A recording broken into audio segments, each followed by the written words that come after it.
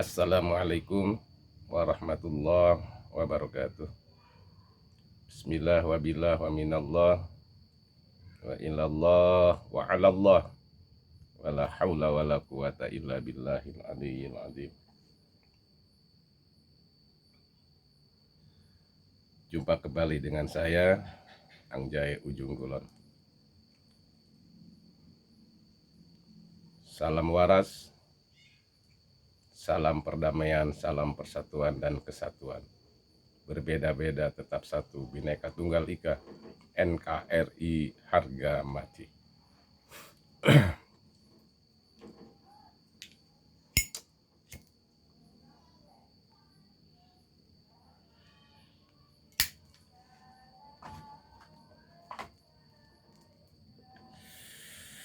Ya ayuhan netizen,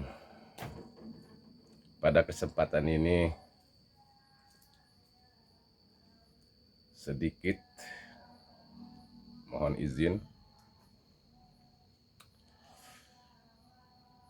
melihat rumor yang beredar sekarang di media massa semakin meruncing dan melebar kemana-mana, semakin meruncing bahkan melebar kemana-mana.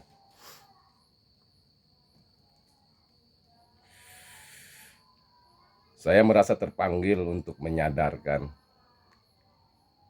memberi masukan, input masukan, agar kita sebagai warga negara menyadari akan kejadian ini.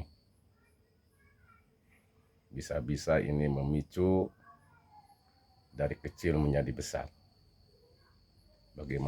Sebagaimana yang pernah saya katakan, seperti api ya, yang tadinya kecil ini api, kalau dibiarkan bisa membakar segala-galanya, membakar kemana-mana.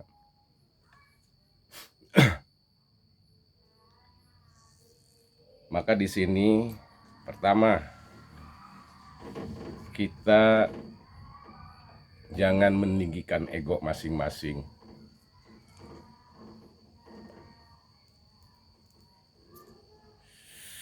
Kita harus mau bisa menerima pendapat orang lain dan masukan orang lain. Terus terang, ini ngeri ya, ngeri.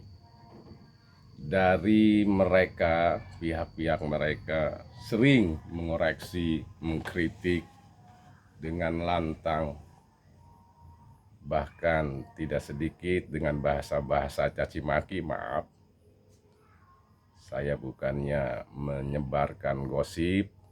Kita bisa lihat di berbagai macam tempat, di tempat-tempat mereka lagi ceramah, lagi pengajian, selalu ada provokasi. Kalau kita telaah lebih dalam, ada apa ya, kira-kira bahasa yang lebih enak didengarnya,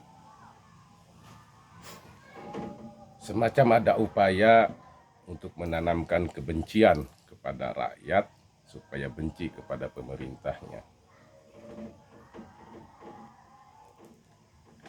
Maka dalam hal perkara tersebut, akhirnya dari sebagian masyarakat kita mungkin yang peduli, hatinya merasa terpanggil, mengkaji, meneliti, akhirnya ditemukan temuan ilmiah tentang nasab mereka. Sebetulnya ini temuan ilmiah tersebut, maaf, ini bukannya tidak percaya, awas ya, bukannya tidak percaya. Seharusnya masukan nih, temuan ilmiah itu didebat lagi dengan ilmiah, supaya masuk logika, bukan cocok logi. Jangan dijawab temuan ilmiah dengan caci maki, dengan fitnah. Nah, ini berbahaya karena masing-masing orang itu punya penganut, punya pengikut. Kalau ini dibiarkan bisa melebar kemana-mana. Maka saya sarankan, tolong, beberapa kali saya kasih masukan, yuk duduk bareng, diskusikan. Jangan gengsi-gengsi, jangan ragu-ragu. ini temuan ilmiahnya Kiai Haji Imad itu bukan meniadakan, bukan tidak percaya, bukan. Coba tolong dijawab lagi, dikaji lagi dengan temuan ilmiah lagi. Jangan dengan penyebaran fitnah, menanamkan kebencian, menyudutkan Kiai Haji Imad. Bukannya saya mendukung Haji Imad ya, bukan. Ini semacam apa? Pernah saya katakan, setiap temuan ilmiah yang berbicara tentang keilmuan, saya jujur, saya mendukung penemuan ilmiah tersebut. Ini demi keutuhan negara kita. Mungkin karena kita terlalu terlena dengan kecintaan kita sehingga kita jadi buta, akhirnya tidak bisa membedakan. Mengingatkan saya kepada ayat Al-Quranul Karim, masih dalam surat Al-Baqarah. Ini untuk semua orang ya, siapapun kapasitas kita, siapapun profesi kita, apapun ya profesi kita, apapun komunitas kita. Nah, ini ayat Al-Baqarah semoga menjadi teguran juga untuk kita masing-masing, termasuk diri saya. Di mana ayat tersebut kalau nggak salah, Bismillahirrahmanirrahim, khatamallahu ala qulubihim wa ala sam'ihim wa ala absarihim gishawatu walahum azabun adzim. Walahum azabun adzim. Allah mengunci hati-hati mereka dan sam'ihim, pendengaran mereka. Sebesar apapun nasihat, masukan, input yang diberikan demi untuk kebaikan, itu semua tidak akan masuk ke telinganya. Telinganya terkunci, hatinya tertutup. Wa ala absarihim gishawah, wa ala absarihim gishawatu walahum azabun adzim. Bahkan penglihatan mereka pun akan tertutup. Ditutup penglihatannya. Ini bahaya. Orang-orang yang hatinya sudah dikunci, pendengarannya sudah ditutup, penglihatannya ditutup. Nah, orang-orang ini sama Allah akan diberi siksa yang sangat pedas. Ini saya sangat risih dan risau ya, kerisauan saya. Kita sebagai orang yang beriman, kenapa sih tidak mau mengalah dengan keegoan? Yuk duduk bareng diskusikan. Masalah nasab ke, masalah apa ke. Jangan mudah terdoktrin. Jangan mudah terdoktrin. Saatnya kita berpikir waras, berpikir cerdas. Sebab agama Islam tidak membeda-bedakan dia turunan siapa, kita turunan siapa. Islam mengajarkan, cetaklah diri kalian, cetaklah diri kita agar kita menjadi orang-orang yang takwa. Islam mengajarkan kebaikan dan kedamaian. Semua agama, saya yakin, bukan hanya agama Islam, agama apapun akan memberikan pembelajaran yang baik kepada penganut-penganutnya. Ini pernah saya katakan pada konten saya yang terdahulu. Sebagai orang yang beragama, dan agama mengajarkan ajaran yang baik, maka udah sepatutnya kita menjadi warga negara yang baik juga. Sebagaimana kita ketahui, negara kita adalah negara yang berdasarkan dan berlandaskan Pancasila. Berbeda-beda satu tetap Bhinneka Tunggal Ika. Ini pernah dikasih contoh oleh Rasulullah dengan Piagam Madinah. Waktu Rasulullah mendirikan negara Madinah dengan Piagam Madinah. Di sana ada orang Majusi, orang Yahudi, orang Nasrani duduk bareng untuk mendirikan negara Madinah dengan piagam Madinah. Yang setuju maka disebut kafir dhimmi, yang tidak setuju, yang memerangi Rasulullah, maka disebut kafir harbi. Sementara di negara kita ini semua insya Allah udah yang punya kesepakatan walaupun beda agama, maka masuknya dhimmi ya, dhimmi. Maka ini tidak bisa kita perangi, nggak bisa. Terus kalau kita berkoar-koar, berteriak-teriak menyatakan jihad, perang, ingin ingin mendirikan negara anulah, khilafah lah, ini terus terang tolong masukan juga dipelajari tentang piagam Madinah. Bahkan tidak sedikit orang Majusi yang mati meninggal di perang Uhud untuk membela Rasulullah Shallallahu Alaihi Wasallam. Ingat, Islam rahmatan lil alamin, Islam adalah rahmatan lil alamin. Tidak pernah mengibarkan bendera peperangan kecuali kalau dimulai oleh pihak musuh. Islam tidak pernah mencari musuh, tapi kalau musuh ada, Islam pantang lari dari musuh. Itu. Maka untuk menguatkan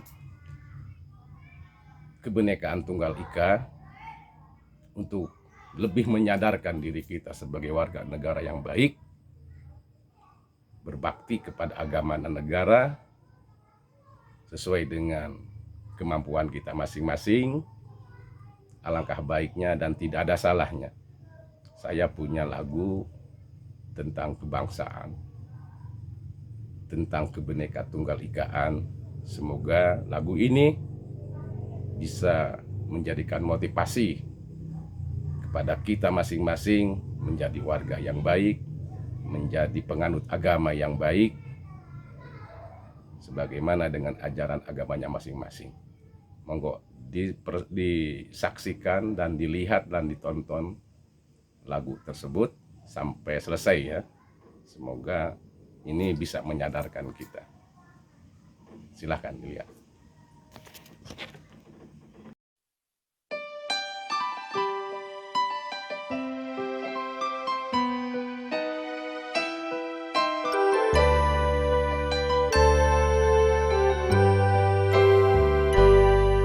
Nyanyikan lagu tentang cinta, nyanyikan lagu tentang damai, nyanyikan lagu tentang kasih sayang. Saling menghormati antar umat beragama, mari ciptakan kedamaian dunia.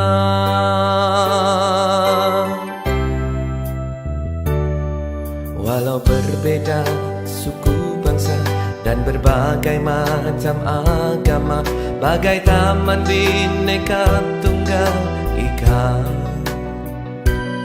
tetaplah berkasih sayang di dalam kehidupan. Surga neraka urusan Tuhan.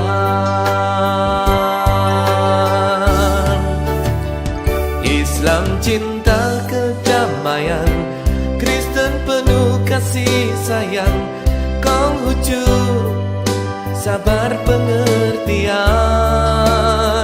Hindu suka ketentraman, Buddha sumber kebajikan. Mari kita hidup berdampingan, bicara lintas agama di taman hati yang indah. Pancasila berkat hidup bangsa.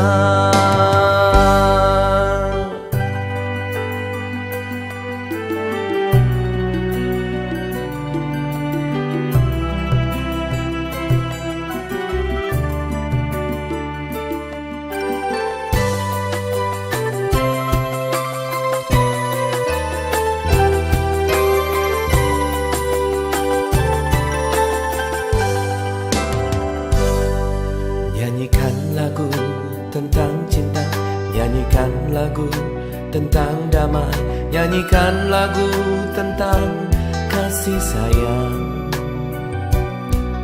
saling menghormati antar umat beragama. Mari ciptakan kedamaian dunia.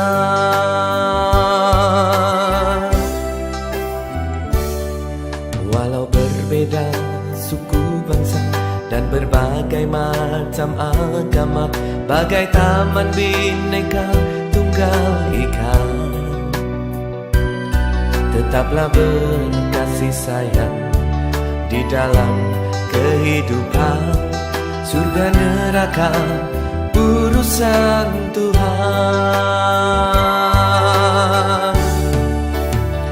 Islam cinta kedamaian, Kristen penuh kasih sayang, Konghucu sabar pengertian, Hindu suka ketentraman, Buddha sumber kebajikan. Mari kita hidup berdampingan, bicara lintas agama di taman hati yang indah. Pancasila berkat hidup bangsa. Pancasila dasar negara, falsafah hidup bangsa. Damailah negeriku, Indonesia jaya. Islam cinta kedamaian, Kristen penuh kasih sayang, Konghucu sabar pengertian, Hindu suka ketentraman, Buddha sumber kebajikan. Mari kita hidup berdampingan, bicara lintas agama di taman hati yang indah. Pancasila berkat hidup bangsa. Pancasila berkat hidup bangsa.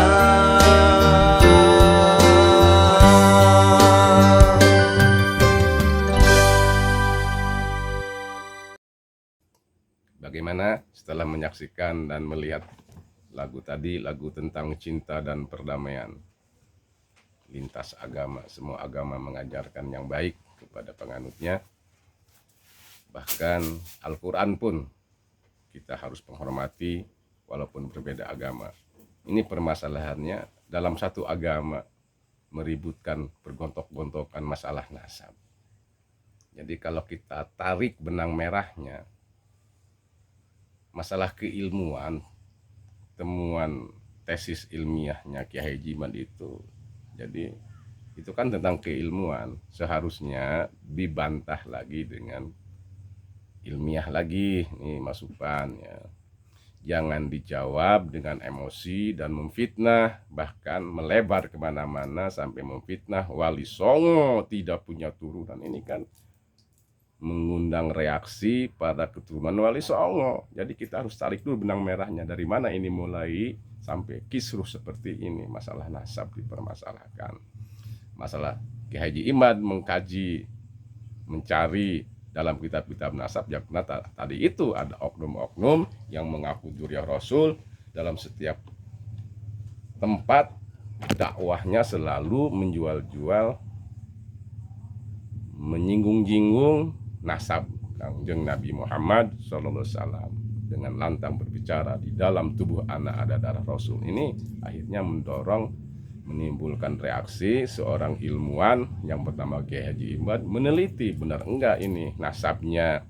Setelah ditemukan, nah ini keraguan tersebut tolong dijawab lagi dengan ilmiah lagi, jangan dengan fitnah dan caci maki, memframing. Ini bukan ajaran-ajaran Islam. Ingat, kita masih satu agama. Tadi dalam lagu masa kalah sama lagu. Seorang dai kan harus lebih paham. Al-Quran juga menanamkan jangankan sesama agama, beda agama pun kita harus saling menghormati dan menghargai. Apalagi ini satu agama dan satu nasab kalau memang benar. Apalagi satu nasab.